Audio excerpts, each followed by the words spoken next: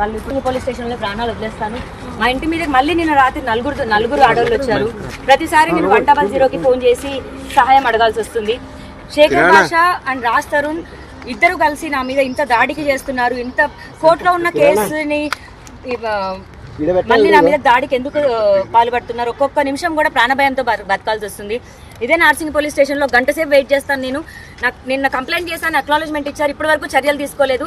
ఇంకా నా ప్రాణం పోయాక తీసుకుంటారా? ఇప్పుడు నాకు వీళ్ళు రెస్పాండ్ ఇవ్వకపోతే నేను సిపి గారిని వెళ్ళి కలుస్తాను. దయచేసి మీరు రావాలి. నాకు మీడియా సపోర్ట్ తప్ప ఏ సపోర్టు లేదు. పోలీసులు కూడా నన్ను సేవ్ చేయట్లేదు. ఫిజికల్గా దాడి జరుగుతుంది నా పైన. నిన్న నలుగురు వచ్చారండి. నలుగురు వచ్చి మా ఇంట్లోకి రావడానికి ప్రయత్నించారు. మా డాడీ ఒక ఉమెన్ ని బలవంతంగా బయటికి పంపించడం జరిగింది. ఇప్పుడు ధర్నా చేస్తారా? ఇక్కడ ధర్నా, నా ప్రాణాలు ఇక్కడే వదిలేస్తానండి. ఇంకా వాళ్ళెవరో చంపే బదులు ఎలాగో చంపుతారు అని చెప్పినా వదలట్లేదు. ఇక్కడే ప్రాణాలు వదిలేస్తాను నేను. ఏం టచ్ లోకి రావట్లేదండి. శేఖర్ భాష త్రూగా కలిసి చేసి మనుషుల్ని పంపిస్తున్నారు. వాళ్ళేం కేర్ టేకర్స్ అంటే గుండాల్లా ఉన్నారు.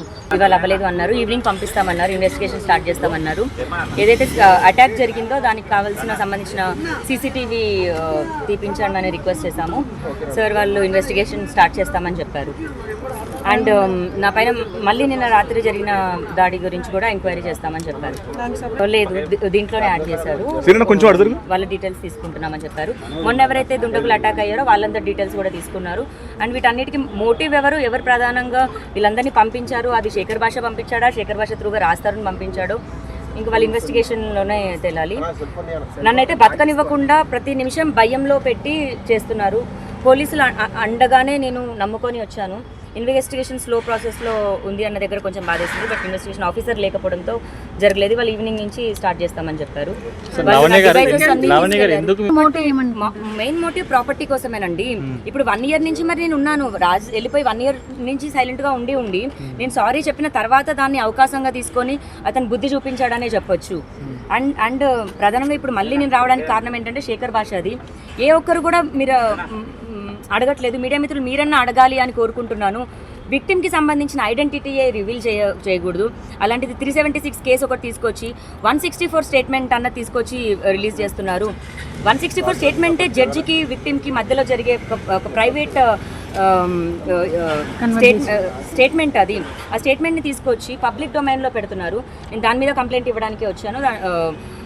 సిఐ గారు కోర్టుకి వేయమన్నారు. మేము మండే కోర్టుకి వేస్తున్నాము. ఆ ఎవిడెన్స్ అయితే కోర్టు నుంచి వచ్చిన కాపీ, అది కోర్టు నుంచి వచ్చిన కాపీ శేఖర్ భాష చేస్తున్నందుకు శేఖర్ భాష పైన చర్యలు తీసుకోవాలని మేము కోర్టుని కోరుతాం. అండ్ ఇంకోటి, సో ఆ మినిస్టర్ గారి తాలూకా దగ్గర మేము ఏపీ మినిస్టరా తెలంగాణ మినిస్టర్ అండి, వాళ్ళ దగ్గర నుంచి మేము మనీ అప్పు తీసుకోవడం జరిగింది. టోటల్ 55 lakhs తీసుకున్నాము. 4 years అవుతుంది తీసుకొని. నేను రాజ్ తీసుకున్నాము. అండ్ లాస్ట్ 2 years నుంచి మేము ఇంట్రెస్ట్ పే చేయట్లేదు మాకున్న గొడవల వల్ల. టైం అడుగుతూ వచ్చాను. నిన్న జరిగిన గొడవల వల్ల నిన్న సాయంత్రం నాకు కాల్ చేశారు. రాజుకి కాల్ చేస్తున్నారంటే రెస్పాండ్ అవ్వట్లేదు. సో 2 daysలో మాకు మనీ ఇవ్వాలి అని అడిగారు. మనీ ఇవ్వకపోతే 1 weekలో ఆక్యుపై చేస్తామన్నారు.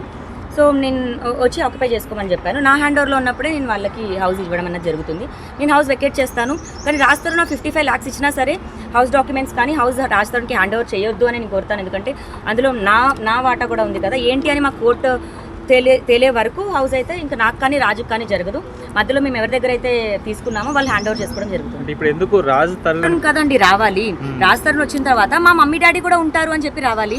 ప్రాపర్టీ మాది అని చెప్పి రాజ్ తరుణ్ పేరెంట్స్ వచ్చారు. వాళ్ళిద్దరూ వచ్చి ఉంటే నేను యాక్సెప్ట్ చేసేదాన్ని. కానీ రావడం దాడి చేసుకుంటూ వచ్చారు. దాడి వల్ల నేను చాలాసేపు రానివ్వలేదు. But end of the day మళ్ళీ మా ఆంటీ అంకులే కాబట్టి మేము మాట్లాడుకున్నాము. ఒక కనెక్షన్ మళ్ళీ నాకు ఆంటీకి ఏర్పడింది. ఎంత తిట్టుకున్నా సరే నాకైతే వాళ్ళ మీద ఎవరి మీద కోపం ఉండదు. నేను వాళ్ళందరినీ రానిచ్చాను.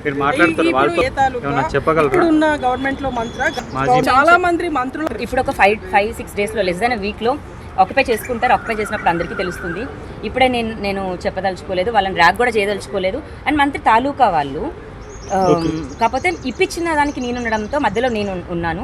నా హ్యాండ్ ఓవర్ మీదనే హౌస్ ఆక్యుపై అన్నది తీసుకుంటారు. మంత్రి ఫేసి నుంచి బట్ తీసుకున్నది మేము మంత్రి గారి తాలూకా నుంచే. మేము చిన్నప్పటి నుంచి మేము గవర్నమెంట్ని వాళ్ళ పార్టీనే ఓట్లు వేయడం జరుగుతుంది మాకు ఇప్పుడు ఏమన్నా రాజ్ తరుణ్ ఒకసారి కంట ప్రయత్నం రాజ్ చేస్తున్నారు ఏం టచ్లోకి రావట్లేదండి. రాడు కూడా. రాజ్ తరుణ్, శేఖర్ భాష వీళ్ళందరూ చాలా బిజీగా ఎంతసేపటికి నన్ను హ్యూమిలేట్ చేయాలి, నా పరువు తీయాలి, నన్ను చంపేయాలని చూస్తున్నారు. మరి ఏం చేయబోతారో కూడా నాకు తెలీదు. బట్ ఇప్పుడు వారం వరకు అయితే నాకు ప్రొటెక్షన్ కావాలని అడిగాను. హౌస్ హ్యాండ్ ఓవర్ చేసే వరకు అయితే అట్లీస్ట్ నేను ఉండాలి కదా. హౌస్ హ్యాండ్ ఓవర్ చేసి నేను రాజ్ తీసుకున్న పెట్స్ అయినా సరే, నేను పెట్స్ని అయినా సరే వదిలేను. నా పెట్స్ని నేను తీసుకెళ్తాను. నేనే పెంచుకున్నాను పిల్లల్లాగా, ఇంకా నా దగ్గరే ఉంటాయి. హౌస్ అయితే నాకు కాదు, రాజ్కి కాదు. మా కేసు తేలే వరకు ఎవరి దగ్గర అయితే మేము తీసుకున్నామో వాళ్ళు హ్యాండ్ ఓవర్ చేసుకుంటారు.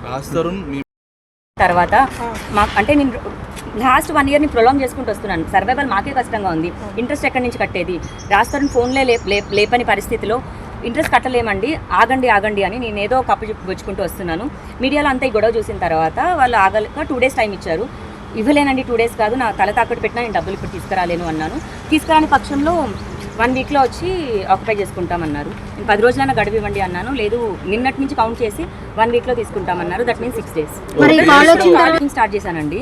ప్యాకింగ్ స్టార్ట్ చేసేసాను. నాకు సేఫ్టీ చాలా ఇంపార్టెంట్. విదిన్ 2-3 daysలో నేను సామాన్లు అన్న వెన్నైతే షిఫ్ట్ చేసుకుంటాను. రాజు వాళ్ళ పేరెంట్స్ని కూడా అడగడం జరిగింది, మీకు ఏమైనా సామాన్లు కావాలా అని. రాజుతో మాట్లాడి చెప్తామన్నారు. ఏం జరుగుతున్నా సరే రాజు వాళ్ళ పేరెంట్స్కి కానీ, ఇంట్లో ఉన్న కేర్ టేకర్ రవితేజకి కానీ ఇన్ఫార్మ్ చేయడం జరుగుతుంది. అన్నయ్య నేను ఈ స్టెప్ తీసుకుంటున్నానని చెప్పడం జరుగుతుంది. చెప్పకుండా అయితే ఇది చేసేది లేదండి. రాజు వాళ్ళ అటాక్లు అయితే నేను చేయలేను, చెప్పడం జరుగుతుంది. అండ్ సామాన్లు అన్నది కూడా షిఫ్ట్ అయిపోతాయి. కాకపోతే హౌస్ కీస్ హ్యాండ్ ఓవర్ చేయడం మాత్రం నేను చేసి వెళ్ళిపోతాను. తీయడం నాకు ఇష్టం లేదండి. అందులో రాజు చెక్స్ ఇవ్వడం జరిగింది. ఆల్రెడీ 2 చెక్స్ వేశారు. ఇప్పుడు రాజ్ పైన సివిల్ అండ్ క్రిమినల్ కేసెస్ కూడా వాళ్ళు కూడా వేయబోతున్నారు. ఎందుకంటే చెక్స్ బౌన్స్ అయిందంట. అండ్ మాకు ఇప్పుడు ₹1 కోటి వరకు ఇంటి మీదే అప్పు ఉందండి. ఇన్ని రోజులు మేము చెప్పలేదు, పర్సనల్ విషయం కాబట్టి ఎందుకు పరుగు పోతుందని చెప్పలేదు. ఈ రోజున వాళ్ళు మా ఇల్లు అని వచ్చి చెప్పారు కాబట్టి ₹1 కోటి 10 సంవత్సరాల ముందు ₹1 కోటి కొన్న ఇల్లు ఇది పెడితే మరి 10 సంవత్సరాల నుంచి వాళ్ళు ₹1 కోటి తీసుకున్న అప్పటికి మరి ఎన్ని కోట్లు ఇప్పుడు రాజ్ తరుణ్ నుంచి బయటకు కడతాడో నేను చూస్తాను. ఇప్పుడు రాజ్కి అగేన్స్ట్గా నేను ఫైట్ చేస్తాను. ఆ ₹1 కోటికి ఇన్ని రోజులు తీసుకున్న వడ్డీ కూడా నేను కట్టిస్తాను. ప్రతిదానికి నోట్స్ ఉన్నాయి, ప్రామిసరీ నోట్స్ ఉన్నాయి, రాజ్ తరుణ్ చెక్స్ ఉన్నాయి, రాజ్ తరుణ్ వాళ్ళ పేరెంట్స్ చెక్స్ ఉన్నాయి. రాజలక్ష్మి గారు కానివ్వండి, బసవరాజ్ మిడమర్తి గారు కానివ్వండి, అందరు చెక్స్ ఉన్నాయి. వాళ్ళందరిపైన ఇప్పుడు చెక్ బౌన్సెస్ కేసెస్ కూడా వేస్తున్నారు. మండే నుంచి రాజ్ తరుణ్ పేరెంట్స్ పైన చెక్ బౌన్సెస్ కేసెస్ అన్ని రిజిస్టర్ అవుతున్నాయి. తీసుకున్నామండి. ₹1.5 లక్ష తీసుకున్నారు. 10 లక్షలు ఇవ్వాల్సి వచ్చింది. సినిమా చేస్తానని అడ్వాన్స్ తీసుకున్నాడు. సో రాజ్ తరుణ్ మేనేజర్ని అప్రోచ్ అయ్యి వాళ్ళు డబ్బులు కట్టాలి అని అన్నప్పుడు రాజ్ తరుణ్ దగ్గర డబ్బులు లేవు. అప్పటికప్పుడు అతను 25 లక్షలు కట్టాలి అన్నప్పుడు మంత్రిగా తాలూకా దగ్గర నుంచే ఇమీడియట్ గా తీసుకోవడం జరిగింది. బట్ రాజ్ తరుణ్కి అయితే తెలుసు, ఎందుకంటే సంతకాలు పెట్టింది అతనే. అఫిడవిట్ లో సంతకాలు పెట్టి ఒరిజినల్ డాక్యుమెంట్స్ 21లో అండి. మంత్రి గారి సమక్షంలోనే తీసుకున్నాము. అప్పటి మంత్రి, ప్రస్తుత మంత్రి అండి. సో అవునండి, సమక్షంలోనే తీసుకున్నాము. మొత్తం 255 lakhs అయింది. దానికి ఇంట్రెస్ట్ మరి 2 years నుంచి ఇప్పుడు ఇంట్రెస్ట్ కట్టినా సరే నేనైతే హౌస్ రాజ్ తరుణ్కి అయితే ఇవ్వను. ఎందుకంటే నా పరిస్థితి ఏంటి అన్నది నా కేసు తేలే వరకు అయితే ఇవ్వనివ్వను. నేను తిరిగి వాళ్ళని కోరింది అదే. నేను ఆడపిల్లగా ఇంకా మరి నాకు ప్రభుత్వమే న్యాయం చేయాలి. కోర్టులో కేసు ఉంది కాబట్టి నేను సేఫ్గా కూడా ఉండాలి. కాబట్టి ఇక మీదట నేను ఎక్కడ ఉండబోతున్నాను ఏంటి అన్నది నేను ప్రైవేట్గా ఉంచుకోవాలి. కాబట్టి ఇక్కడి నుంచి నేను వెళ్ళిపోతున్నాను. హౌస్ వాళ్ళు ఆక్యుపై చేసుకుంటారు. అండ్ పావని బోల్వాడ్లో విల్లా నెంబర్ 13 లావణ్య ఇల్లు కాదు, రాజ్ తరుణ్ ఇల్లు కాదు. ఇల్లు ఇప్పుడు అదే అండి. ఇప్పుడు ఎవరైతే అప్పు తీసుకున్నామో వాళ్ళే 1 weekలో రిజిస్టర్డ్ డాక్యుమెంట్ రాజ్ తరుణ్ పేరు మీద ఉన్నప్పటికీ దాంట్లో మేము గడువు లోపు కట్టనప్పుడు ఆక్యుపై చేసుకోవచ్చు అనే కండిషన్స్ అప్లైస్లో కూడా రాజ్ తరుణ్ సైన్ చేయడం జరిగింది.